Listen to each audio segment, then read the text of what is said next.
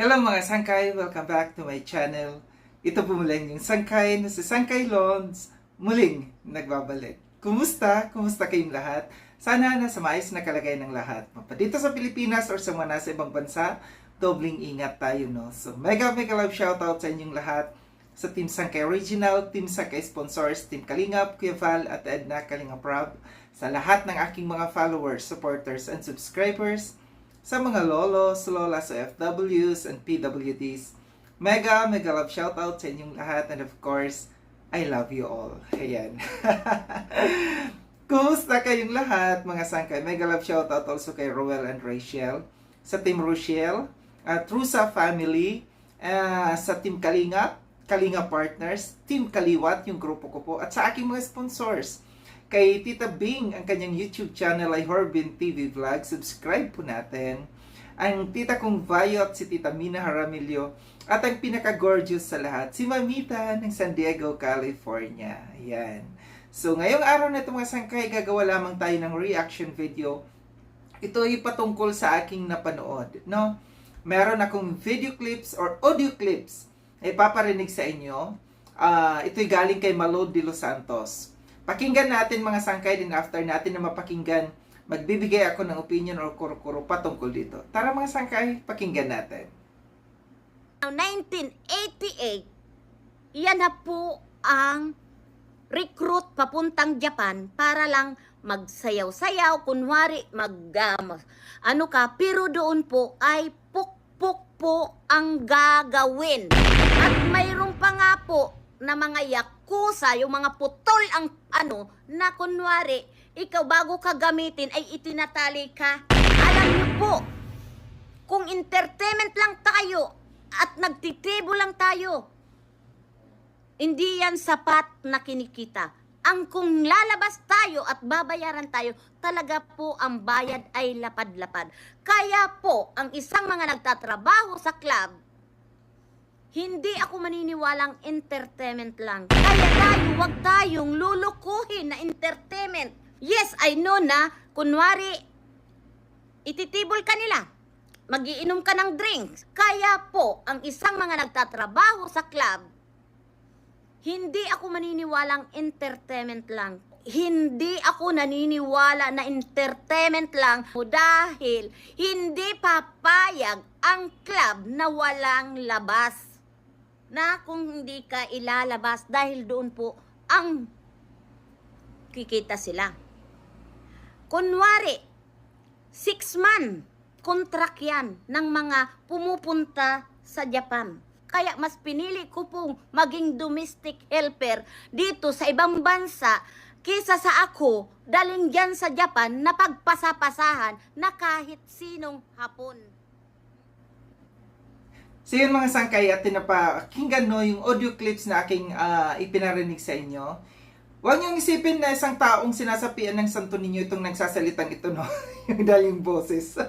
Kala niyo sinasapian ng santo ninyo. Si Malod de Los Santos po yan. Yung isang reactor dito sa Kalingap na matanda, balahura, walang pinag-aralan at bobo. No? Itong si Malod de Los Santos, nakarami na rin to sa akin.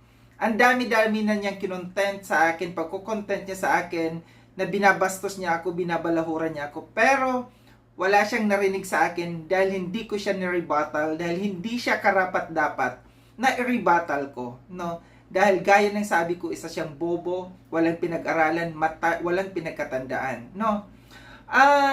Pero dito sa pagkakataon na ito, itong kanyang live na ito, na hindi lang isang tao ang kanyang binastos, binalahura, kundi ang buong Filipino na mga nandiyadyaan sa Japan. Na ang pagkakaalam niya, na ang pagkakasabi niya dito, lahat ng mga Filipinos na nandyan sa Japan, na nagpunta ng Japan, sa club nagtatrabaho at pokpok. Malinaw po na malinaw na sinasabi niya po dyan, yung salitang pokpok, no? Kung ikaw ay isang taong may pinag-aralan, hindi mo mababanggit ang salitang pokpok na yan, no? Hindi mo mababanggit para sa lahat ng mga Filipinos na nandiyan dyan sa Japan, nasasabi mong mga pokpok, no? Ito'y malaking sampal sa mga taong nandiyan dyan sa Japan, no? malaking pangbabastos sa mga nandiyan dyan sa Japan na mga kababayan nating Filipino.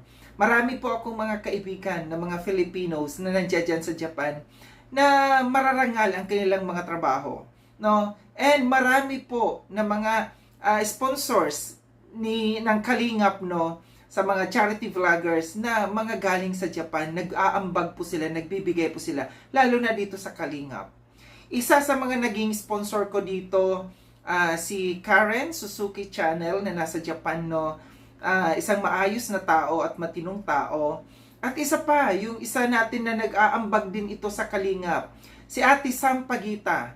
Napakasimpleng taong ito, pero siya po yung contact ng lahat ng mga artista dito sa Pilipinas na nagkakaroon ng show doon sa Japan, no? Siya po yung parang manager ng mga artista dito sa Pilipinas na nagpupunta ng Japan, no? Ito si Ate Sampagita. Simpleng tao, tahimik, nagsusupport sa Kalingap. At alam ko na marami na po siyang mga charity vloggers dito sa Kalingap ang natulungan at nabigyan ng pera para makatulong sa mga tinutulungan nila.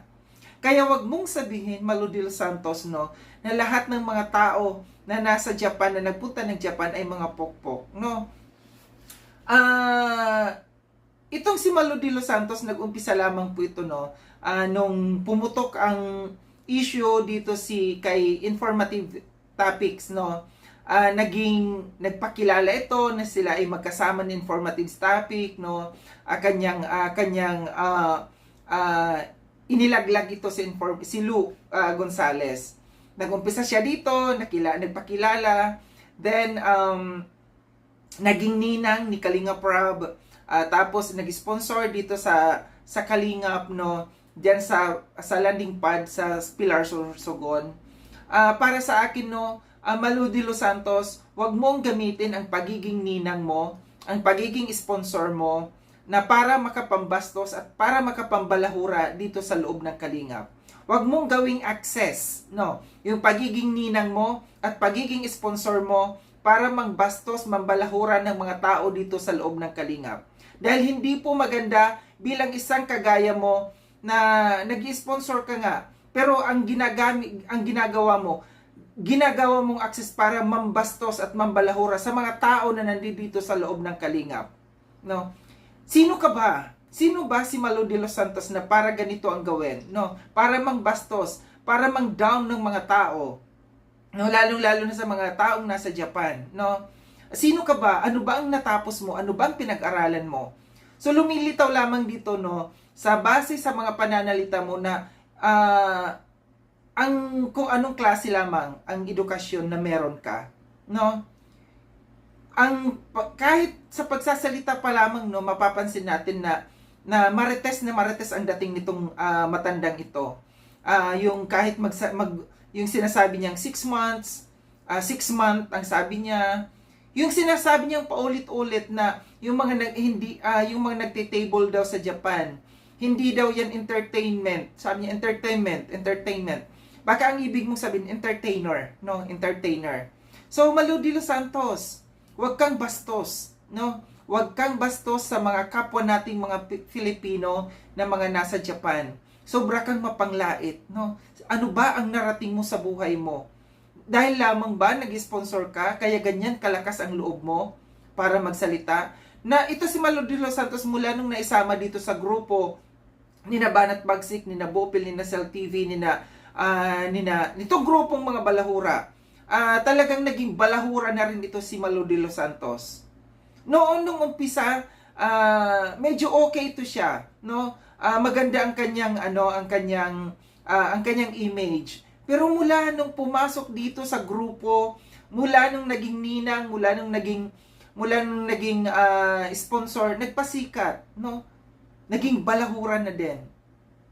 Bilang isang matanda, kagaya mo, no, na kung ikaw man ganyan talagang personality mo, nandito ka sa social media, nagpapakita ka kung sino ka, kung gaano ka kabastos na tao, kung gaano ka hindi dapat irespeto na isang tao. Sa akin lamang, ang dami mo nang ginawa sa akin ng pangbabastos, na akala mo kung sino ka, na kilalang kilala mo na ako. Mali yan, Maludil Santos, sino ka ba? Ano ka ba? Gaano ka ba ka-perfect? Gaano ka ba kaayos ang buhay mo? Na para mambastos ng mga tao. Na para tawagin mong pokpok yung mga tao. Mga sangkay, mga kakalingap, no? Sana matauhan tayo dito sa Malu de los Santos na ito na nagiging mayabang. Sobrang naging mayabang. Mula lamang ng makuhang ninang.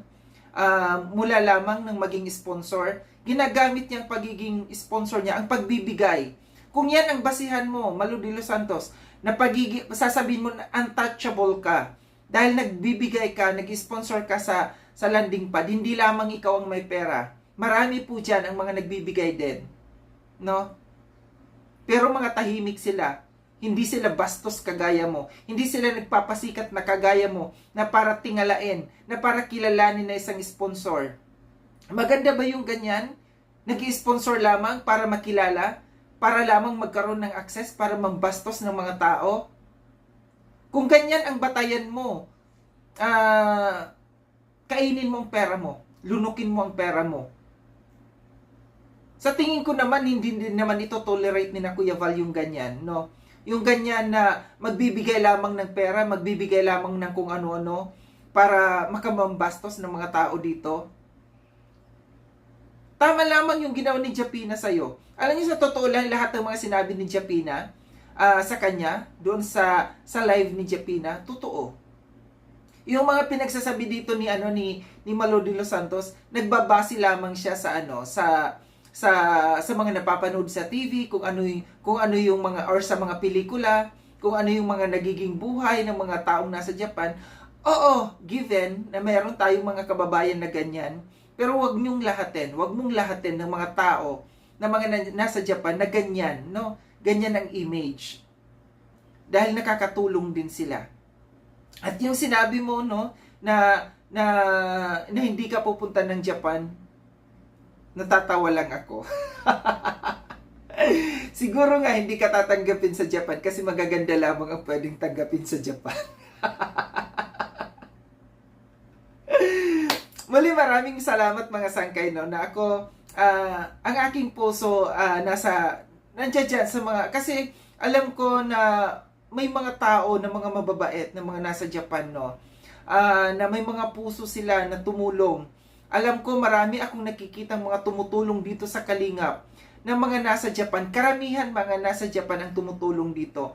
Pero hindi nila deserve, no, na isang Malu de los Santos na tatawaging pokpok, no, natatawaging entertainer sa Japan, natatawaging yuyurakan ng pagkatao ng mga tao, no, na kapwa nating Pilipino na nasa Japan. Nakarating lamang siya ng ibang bansa. Ano ba ang posisyon mo diyan? Ikaw ba'y isang diplomat diyan? Ikaw ba'y nag-oopisina? Ano bang klaseng trabaho meron ka na para mambastos ng mga tao, ng kapwa nating Filipino? Muli, maraming salamat mga sangkaylon sa panonood. Sa mga hindi pa nakapag-subscribe kay Sangkaylon, subscribe nyo po ako. Click yung notification bell para updated kayo sa lahat ng mga videos na aking gagawin. Like and share itong video nito mga sangkay. Kita-kits tayo ulit sa susunod na video na aking gagawin.